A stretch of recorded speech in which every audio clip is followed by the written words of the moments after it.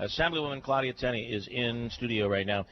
Good morning. Good morning again. So we said that you made your big announcement yesterday. You started. I mean, this is a big district, so you did it in a couple different locations. Yeah, actually it was more for the media, but started in Binghamton.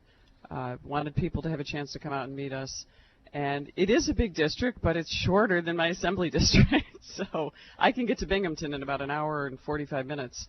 I can't get to Orange County. It takes me over 3 hours, like 3 hours and 20 minutes or 3 hours and a half to get to Orange County. So it's kind of weird that I have $134,000 person assembly district. Right.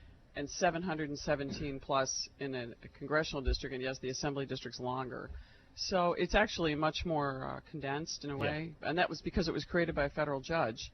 It was not done by the politicians. The federal judge created these districts. We've talked about this before. Definitely these districts have been done in some cases, in many cases, to get the incumbents back in place. Right, except for the congressional lines, because that was done. They couldn't agree, and they went to court, and then a federal judge said these are the lines. And they don't know. It would be interesting. Wouldn't we be more connected to a Syracuse than we would a Binghamton?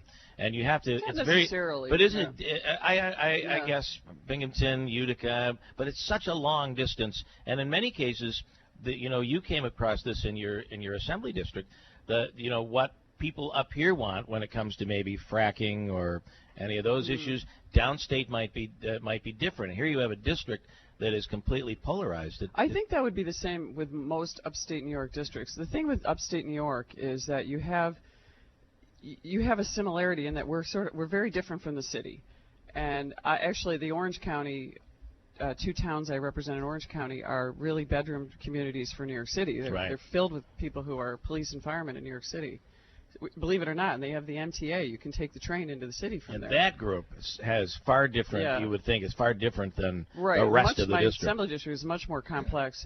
The congressional district is fairly compact. So for me, I used to represent Oswego County. So most of the towns in Oswego County were in the congressional district are in my assembly district. The Herkimer towns, many of them are in my new assembly district, and then my family is from Madison County, and our business is in Shenango County, and the rest of my family is from Shenango County. So the only new part that I have is Binghamton, Cortland, and Tioga. But I won the Southern Tier last time, and that's what.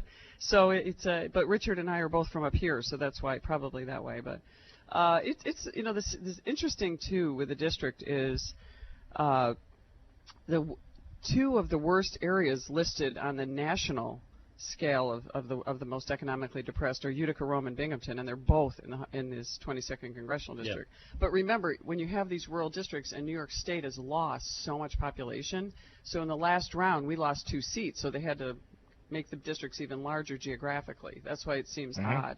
So you have more seats. Florida gained us some population. They gained 2 seats. Texas gained 2 seats. Ohio lost a seat. These big upstate, or I say northeast states lost seats. So that's why you're seeing these sprawling districts. And when running, so if you became a congresswoman, if you become congresswoman, how will you do things differently? I know you talk about, I saw a couple of interviews you did on TV yesterday, and one of the things, that it's hard to say. Richard Hanna has certainly voted his conscience. We sent him there to vote the way to challenge the popular vote, and he has done that. He's voted against the party in many situations. How would you be different? But he really is part of the. You said he's a part of the Washington establishment, but I'm not sure. I said elite. I didn't say establishment. Washington elite. Okay. Yeah, the Washington elite are the political class. Those are the lobbyists, and over 80% of Richard Hanna's donations come from big super PACs. Right. Almost his entire campaign, over $2 million in 2014, his campaign against me were enormous super PACs from billionaires. But he's a guy that doesn't need the money, though. But he doesn't use it. That's what I say. Of all the people, I supported him in 2008 and 2010 because I said, hey, we've got someone who's got the money. He's going to stand up to these super PACs. He's going to go to Washington. He's not going to be a cronyist. He's going to stand up to these people because he's got the money. He doesn't need these people. But when you say, though, but yet he goes out there and he votes with. He voted on the trade bill, which is just for the Chamber of Commerce. When you hear, he always writes a letter and he talks about, this is why I voted this way. He always seems to, it's based on his values, based on a his rather values are not moderate Republican district. Principles. But I'm saying it's based on a rather moderate district. Well, the district is rated as a safe Republican district. It's a conservative district. It didn't used to be. The old New York 24 before redistricting was considered a toss-up. That was the one that was created for Sherry Bowler in 2002. Mike Arcuri won that district in a wave in 2006. And then, Richard lost to Mike Arcuri in 2008. And then in 2010, Richard loves to take shots at the Tea Party, but they're the people that got him elected. And the Tea Party, really, the core values of the original Tea Party was taxed enough already. That's what T stands for. They're for less government, less taxes. And if you went to all the Tea Party events that I went to in 2010 with Richard Hanna, where he got up, we both got up and had the same message. It was filled with veterans, people who are, care about the Constitution, their constitutional issues that matter to them. And I think that's where people feel like they've been betrayed. And it's complex. I mean, it's very hard. And that's why I supported Hanna, because he had the money. I figured he's not going to be bought off by these people, but he's gone in and voted. You really don't think he's been bought off? I don't think he's been bought off. Well, I don't know. He makes a lot of money from Super PAC. I don't why mean would bought he need off, to be technically. Bought off. That's not a guy that would be bought off. Why would he vote for these things? Why, when you're a small business owner, like I am, a manufacturing business owner, they're hard votes you have to take.